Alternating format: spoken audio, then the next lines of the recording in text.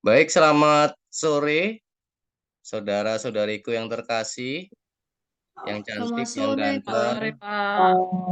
Mas ya, sore. masih pada ceria walaupun sudah sore, yang cantik masih cantik, yang ganteng masih ganteng. Oke, kita akan lanjutkan untuk pertemuan pelajaran agama kita. Georgetown University's initiative on Catholic social thought and public life. Ya. Along with our partners at Georgetown's Office of Mission and Ministry, we're happy to be hosting this special Dahlgren Dialogue on Pope Francis' new encyclical, Fratelli Tutti, on fraternity and social friendship. In these past months, as a global pandemic, economic crisis, and growing division and hostility have swept the world, Pope Francis has brought the gospel and Catholic social teaching with its priority for the...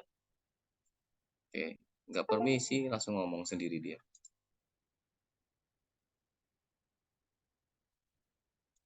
Baik, itu intermezzo. Ya, sebelum kita akan mulai, kita akan buka dulu dengan doa. Yang sudah senyum-senyum, sudah tenang, Pak Sadarman, saudara, bisa pimpin doa pembukaan? Baik, Pak. Baik, saudara-saudara sekalian, sebelum kita mulai pelajaran kita, mari kita berdoa ya. Dalam nama Bapa, Dalam Putra, Bapa dan Putra dan Roh Kudus. Amin. Bapa di surga, kembali kami bersyukur pada sore hari ini atas kesempatan yang Tuhan berikan kepada setiap kami, sehingga kami boleh berkumpul di kelas ini untuk melanjutkan pelajaran agama kami. Terima kasih Tuhan, tolong hadirlah di tengah-tengah kami, bukalah pintu hati pikiran kami, agar Tuhan senantiasa bersama dengan kami dari awal tengah hingga sampai akhir kegiatan belajar kami ini. Demi Kristus Tuhan dan pengantara kami berdoa, kini dan sepanjang segala masa. Amin. Dalam nama Bapa dan Putra dan Roh Kudus. Amin.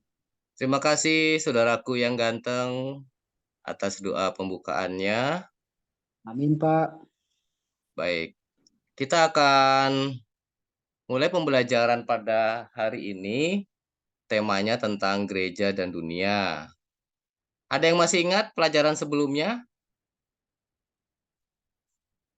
Ayo, siapa yang masih ingat pelajaran sebelumnya tentang apa? Lupa, Pak. Nah, ayo, lupa.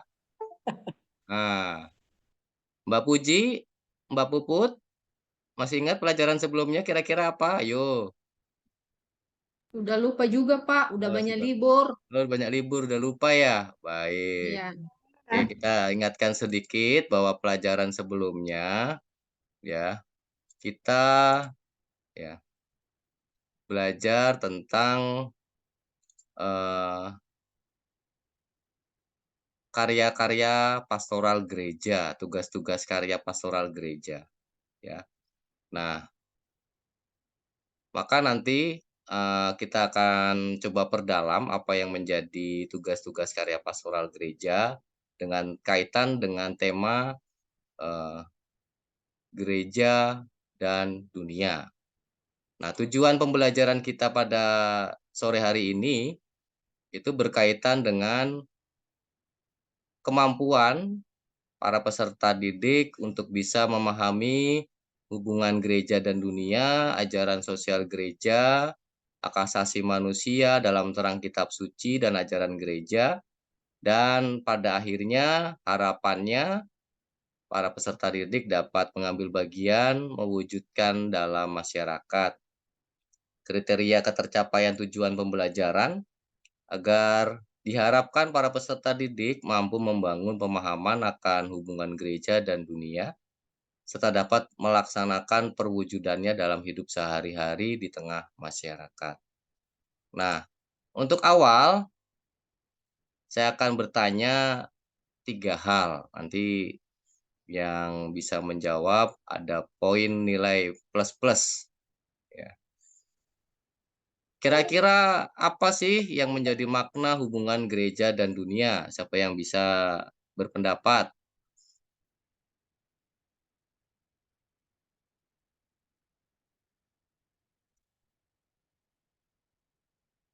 Bu Nora? Kak Nora mungkin, Kak Nora?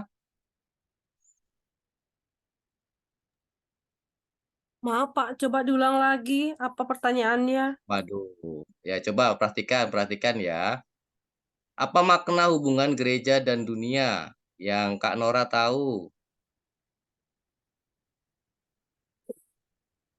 Gereja dan dunia, Iya, apa yang dirasakan dan apa yang dialami oleh dunia itu juga menjadi bagian dari gereja. Jadi kegembiraan, sukacita atau duka cita yang dialami oleh dunia itu juga menjadi kegembiraan dan duka cita atau sukacita dari gereja. Kira-kira begitu, oke, Pak. mantap. Berarti sudah baca ya untuk pelajaran hari ini ya? Tadi Iya, malam sudah sedikit-sedikit, baca, Pak. iya Iya, iya. sedikit-sedikit bagus. Jadi memang tadi malam sudah harus bisa belajar pelajaran hari ini. Jadi bisa me- sekaligus menguatkan apa yang kita pelajari hari ini. Oke, bagus. Kak Nora untuk refleksi awalnya, nanti kita akan lihat lagi untuk pendalamannya.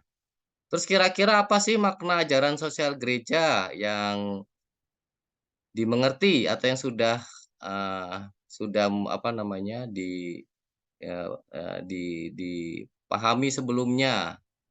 Mungkin di SMP pernah dibahas atau di SD pernah dibahas. Kak Adni coba, apakah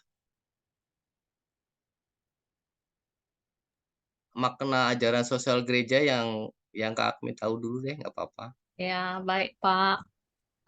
Makna hubungan gereja dan dunia, Ajaran eh, sosial gereja, ajaran sosial gereja, bahwa gereja itu selalu memperhatikan dunia, tidak terlepas dari dunia.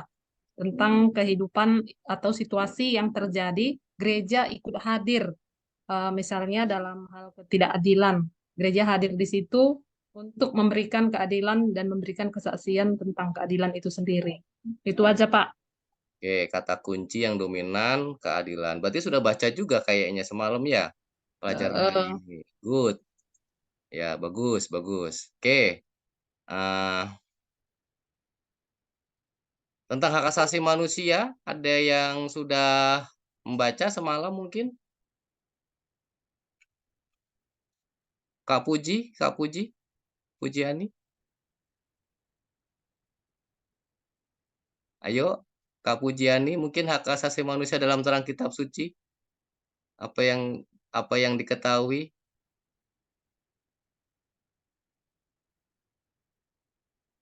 Masih di-mute? yang lain aja lah dulu, Pak. Aduh, Lupa. lupa? Ya sudah, Ya, nanti kita akan saya, pelajari Pak. ya. Siapa itu? Saya Sebentar, Kak Admi ya? Oke, Kak Admi silakan.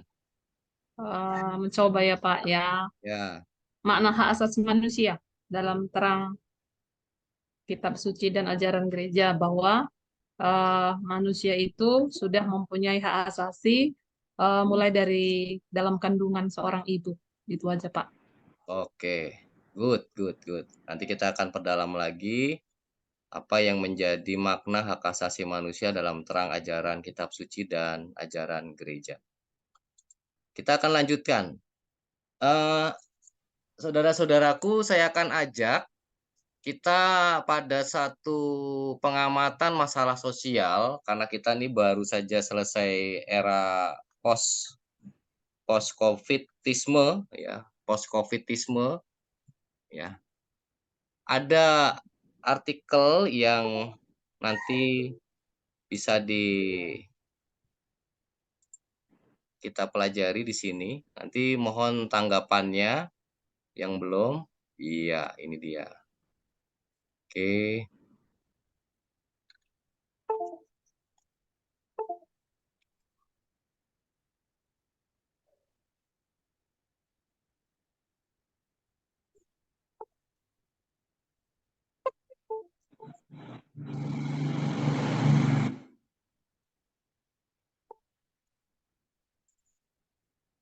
Kenapa dia sinyal Kak ini yang nggak bisa kebuka? Iya kali, Pak. Sudah sampai sini.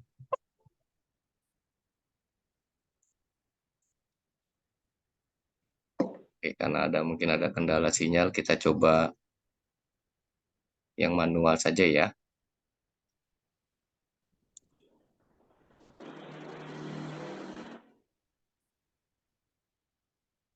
Tidak bisa.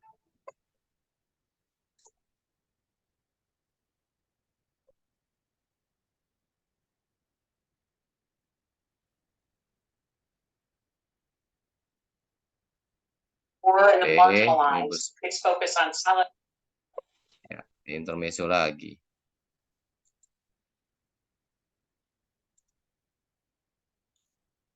Oke.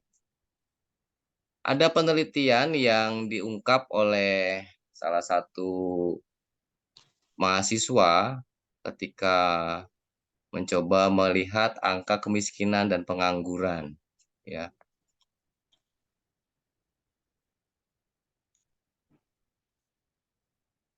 Oke. Ada beberapa pertanyaan yang nanti dijawab ya secara pribadi ya, dan nanti saya minta ditulis, kemudian di saya akan coba 1-2 orang menjawab, beberapa nomor saya akan coba acak saja. Kira-kira apa sih istilah yang disebut dengan kemiskinan? Kemiskinan itu apa sih? Nah, mungkin Kak Puput? Ya, Ya, miskin itu Pak saat orang tidak bisa makan, tidak bisa beli baju yang layak, pakai baju yang layak itu Pak, yang sobek-sobek, kumal. Jadi mereka tidak bisa memenuhi sandang papan pangannya itu Pak, kemiskinan. miskin ya. Jadi miskin itu nggak bisa makan. Terus kebutuhan layak sandang pangan papannya sangat minim begitu ya. Iya Pak. Oke, bagus. Ya. Kira-kira apa sih yang sudah pemerintah tanggulangi untuk menekan bertambahnya orang miskin? Mungkin Kak, siapa yang belum ya? Yang belum, Kak Nora mungkin?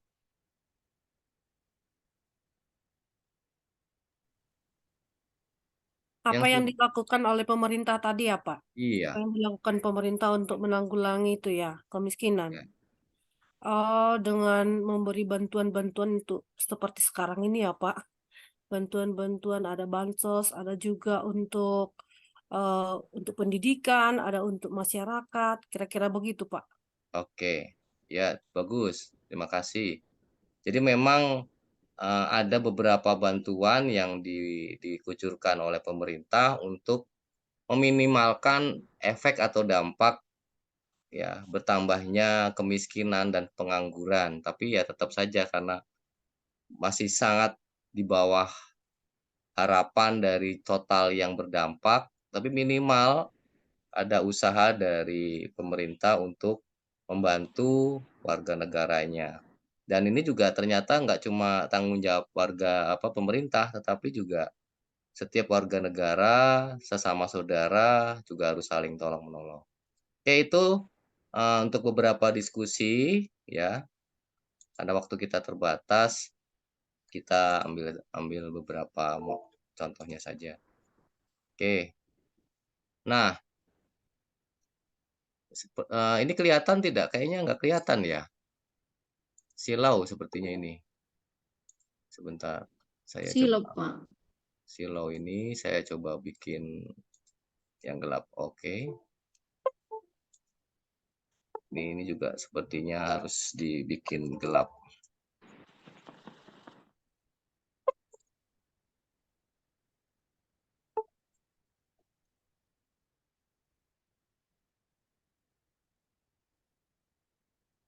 Ya.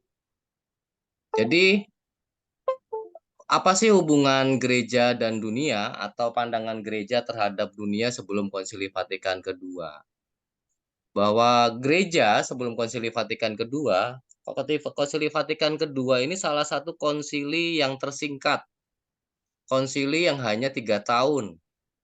Ya, ada konsili yang paling panjang, itu Konstantinopel itu bahkan sampai 18 tahun. Ya untungnya para uskup ini tidak menikah, jadi mau rapat 18 tahun pun nggak masalah. Ya, ini konsili yang termasuk relatif singkat karena hanya dilaksanakan 3 tahun. Nah, gereja itu punya pandangan terhadap dunia sebelum tahun 1962, karena Konsili Vatikan kedua ini selesai tahun 1965. Dunia itu dianggap tidak berharga, dunia dianggap berbahaya, dunia dianggap jahat, bahkan tidak termasuk lingkup keselamatan manusia. Ya. Bahkan dalam teks kitab suci pun ada beberapa teks yang menuliskan demikian. Kita tahu bahwa kita berasal dari Allah dan seluruh dunia berada di bawah kuasa si jahat. Jadi Rasul Yohanes juga mengeluarkan ajaran bahwa ternyata seluruh dunia itu berada di bawah kuasa si jahat.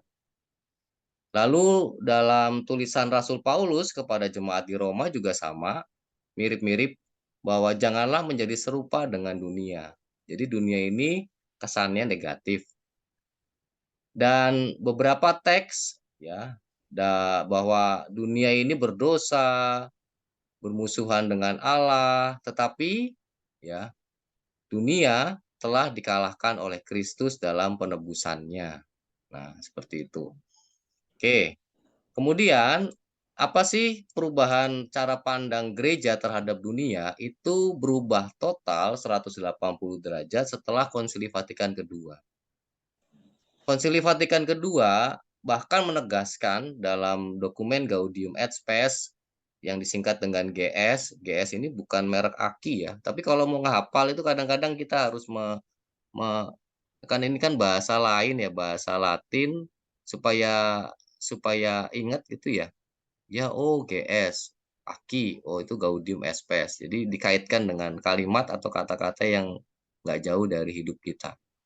Konsili Vatikan kedua menegaskan bahwa kegembiraan dan harapan, duka dan kecemasan manusia zaman ini, terutama kaum miskin dan yang menderita, adalah kegembiraan dan harapan, duka dan kecemasan para murid Kristus juga. Jadi karena para murid Kristus itu tinggalnya juga di dunia, maka otomatis apa yang dialami sesama manusia, ya bahkan di dalamnya juga ada para murid Kristus juga yang menderita, itu menjadi solidaritas bersama, ikut gembira, ya, ikut berduka jika ada yang bersedih, bahkan ketika ada kecemasan itu peluang juga dialami oleh para murid Kristus. Maka ini menjadi realitas yang dialami tidak hanya orang-orang yang tidak mengenal Kristus, tetapi juga para murid Kristus, bahwa penderitaan, adanya kecemasan. Maka sebagai para pengikut Kristus, kita dipanggil untuk berperan aktif dalam membangun kerajaan Allah. Supaya apa? Supaya dunia lebih manusiawi dan layak. Ya, nanti di kelas 12 ada hidup yang layak. Nah, itu ada peraturan Menteri Tenaga Kerja yang berkaitan dengan rincian orang hidup layak. Nah, nanti di atasnya layak itu ada minimum regional. Ya, jadi nggak bisa tidak. Ini minimal. Jadi orang bisa saja nanti kita bahas di kelas 12, orang boleh mendapat gaji di bawah UMR, tetapi tidak boleh di bawah kebutuhan hidup layak. Nah, itu dia. Nanti ada rinciannya, nanti tunggu saja. Maka penasaran kan? Ya sudah. Ya, maka belajar baik-baik supaya naik kelas, supaya kita bisa bahas itu di kelas 12 nanti. Ya. Dan kesejahteraan umum juga dibahas dalam dokumen Gaudium et Spes, terutama di artikel 26, bahwa ada keseluruhan kondisi hidup kemasyarakatan, kelompok, anggota perorangan, ya, di mana mereka semua punya capaian untuk menyempurnakan diri mereka, ya. Karena itu tata dunia harus semakin dikembangkan, didasarkan pada kebenaran, dibangun pada keadilan, dihidupkan dengan cinta kasih, menemukan keseimbangannya, dan semakin manusiawi dalam kebebasan. Ini bahasa dokumen, nanti kita akan coba implikasikan dalam kenyataan hidup sehari-hari. Memang dokumen itu bahasanya kaku. Nah, sekarang apa sih artinya bahasa dokumen ini untuk hidup kita sehari-hari, ya? Saya akan ambil salah satu contohnya dari dokumen yang namanya ensiklik Fratelli Tutti, ya. Di sini nggak kelihatan ya. Oh ya, mudah-mudahan ini bisa dibuka. Tadi nggak bisa dibuka, ini bisa nih. Oh ya, bisa. Silakan menyimak sebentar.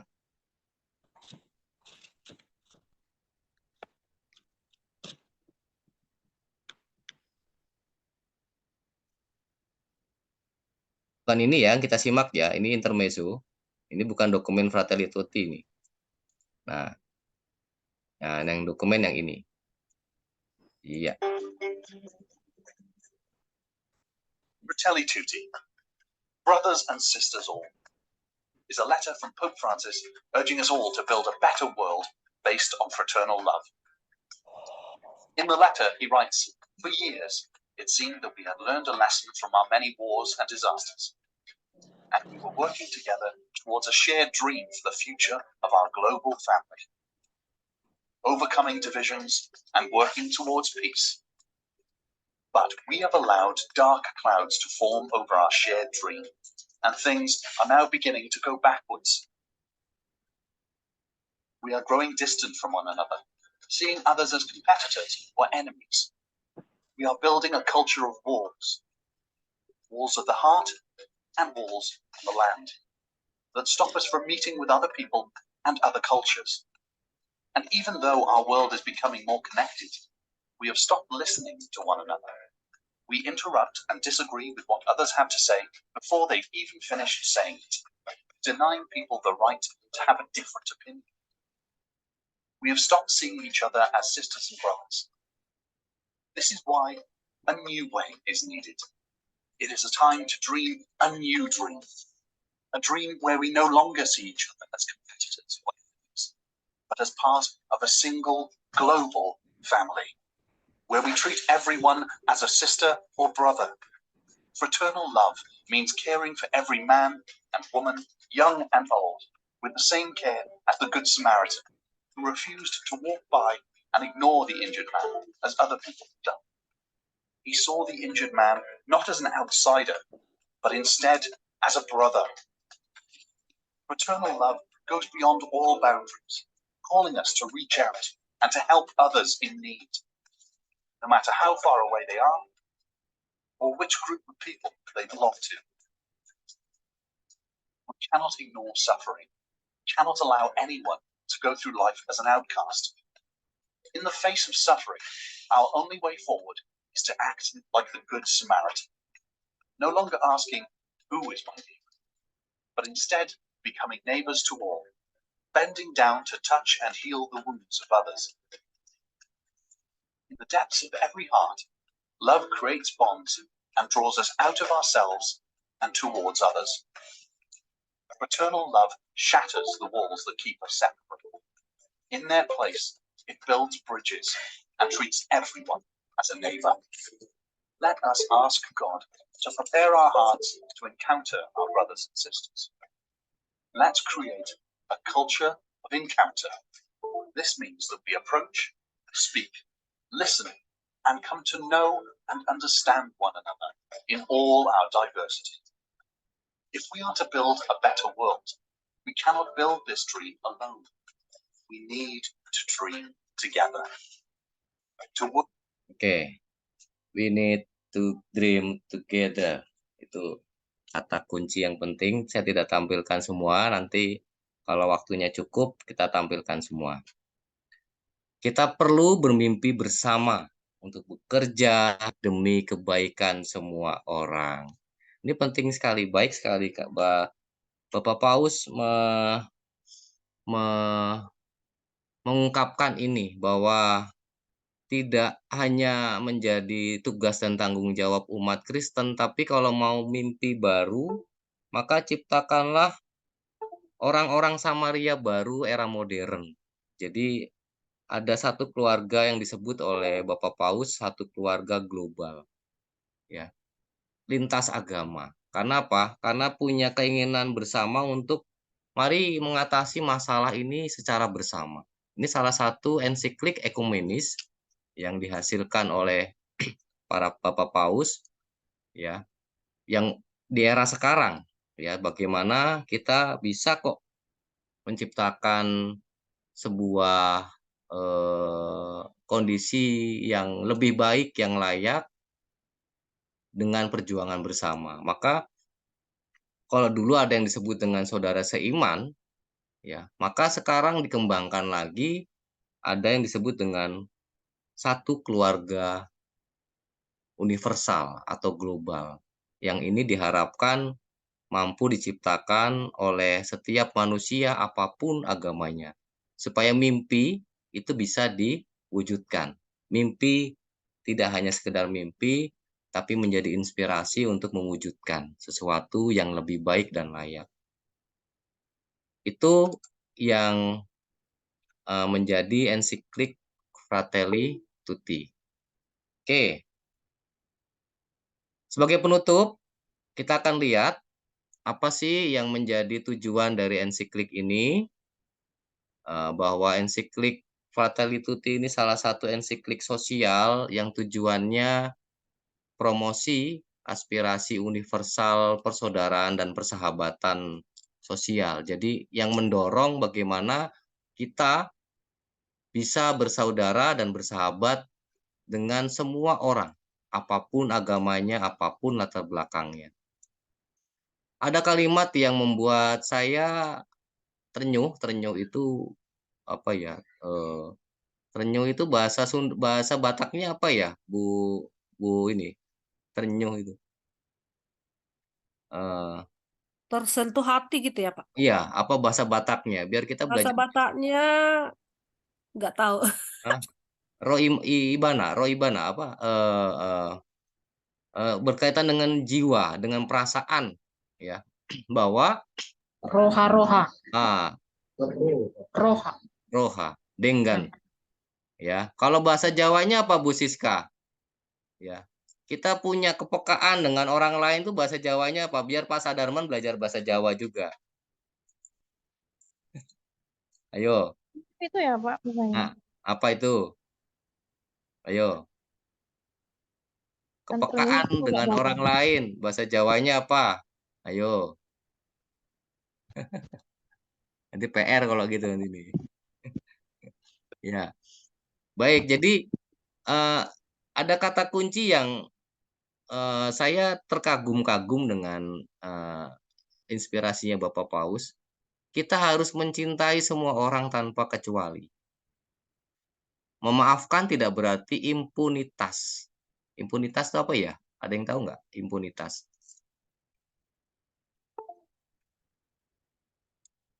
Ya, di sini. Jadi memaafkan itu bukan berarti tidak menghilangkan konsekuensi dari kesalahan seseorang. Mengampuni juga tidak berarti melupakan, tetapi menyangkal kekuatan jahat yang merusak dan keinginan untuk balas dendam. Oh, ini penting sekali kalimatnya, baik, bagus, dalam. Jadi nanti ini menjadi, mungkin kalau di sekolah jadiin banner gitu ya. Memaafkan tidak berarti impunitas, mengampuni tidak berarti melupakan, ya. Tetapi menyangkal kekuatan jahat yang mampu merusak dan keinginan untuk balas dendam. Jadi sangkalah kekuatan jahat, tolaklah kekuatan jahat, dan juga tolaklah keinginan untuk balas dendam. Ya, tanpa kecuali. Nah, ini berarti kalau mau tegas ya bisa kok, tapi dengan syarat tegas terhadap dirinya sendiri. Dan harapannya ada doa yang diungkapkan oleh Bapak Paus, ya, disebut dengan doa ekumenis Kristen, sehingga sehingga hati umat manusia dapat memendam semangat persaudaraan. Dan nanti adik-adik silakan membuat refleksi tertulis. Bisa dalam mengekspresikan kalau oh saya Pak jago bikin karikatur. Oh silakan. Buatlah karikatur sebaik mungkin. Oh saya jago bikin pakai media sosial Pak, saya print, saya bikin apa itu Canva. Oh ya, bagus. Ya, silakan dengan kreativitasnya masing-masing. Intinya bahwa ada kepedulian sebagai murid Kristus dalam menghadapi masalah-masalah sosial di sekitar kehidupan kita. Nanti tugasnya apa refleksi ini ketika sudah dibuat secara tertulis, bisa di-print atau ditulis tangan apa digambar dengan manual nanti tempel di papan mading menjadi bentuk pewartaan kepada orang-orang yang membacanya. Ya, minimal yang membaca teks-teks itu atau karya-karya kalian. Itu mungkin ada yang mau ditanya sebelum kita akhiri dengan doa tentang tugas ataupun dengan materi. Sudah jelas, Pak. Sudah Jelas. pas, Pak, sudah jelas. Sudah jelas sehingga nggak bisa nanya ya, sudah sangat jelas, mudah-mudahan. Amin. Amin, Pak. Baik, kalau begitu saya minta tadi Kak Sadarman pimpin doa pembukaan ya. Iya, Pak. Oke, sekarang tunjuk temannya untuk pimpin doa penutup. Ya, Ibu Franciscan, kebetulan berhadapan dengan layar saya di sini, Pak. Oh gitu ya. Oke, siap. Tapi sudah tidak di kendaraan lagi sepertinya. Sudah sampai. Sudah sampai di tujuan ini, Pak. Ya, ada Baik. di rumah. Ya. Oke, lalu sebelum kita menutup pembelajaran kita hari ini, marilah kita tutup dengan doa dalam nama Bapa dan Putra dan Roh Kudus. Amin. Ya Bapa, terima kasih atas penyertaan-Mu kepada kami semua sepanjang mengikuti kegiatan pembelajaran dari awal hingga akhir. Bapa, semoga apa yang telah diberikan kepada kami dapat berguna dan bermanfaat bagi kami. Semoga kami juga semakin peka dalam permasalahan-permasalahan di dunia ini ya Bapa, dan kami juga dapat membantu dalam mengurangi permasalahan di dunia ini. Akhirnya Bapa, doa ini kami aturkan kepadamu dengan perantaraan Kristus Tuhan kami. Amin. Amin. Amin. Bapa dan Putra dan Roh Kudus. Amin. Amin. Terima kasih. Oke, minta tolong Bu Terima kasih, Pak. Pujiani memberi komentar. Baik Pak, terima kasih kesempatannya. Bagus ya penampilan Pak Bambang pada sore hari ini. Jadi penyampaian materi tersusunnya dengan rapi, mulai dari pembukaan, kegiatan inti, dan terakhir penutup. Hanya saja Pak, karena waktunya ya, jadi melebihi dari target yang sudah ditentukan. Tapi tidak masalah Pak. Yang penting materi tersampaikan kepada siswa dan intinya juga sudah sampai Pak. Terima kasih. Is the best Pak Bambang. Waduh, luar Terima biasa. kasih. Oke.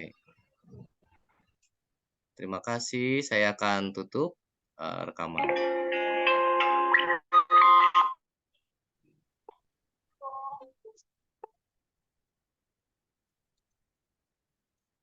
Sebelum tampil izin dulu ya Pak ya.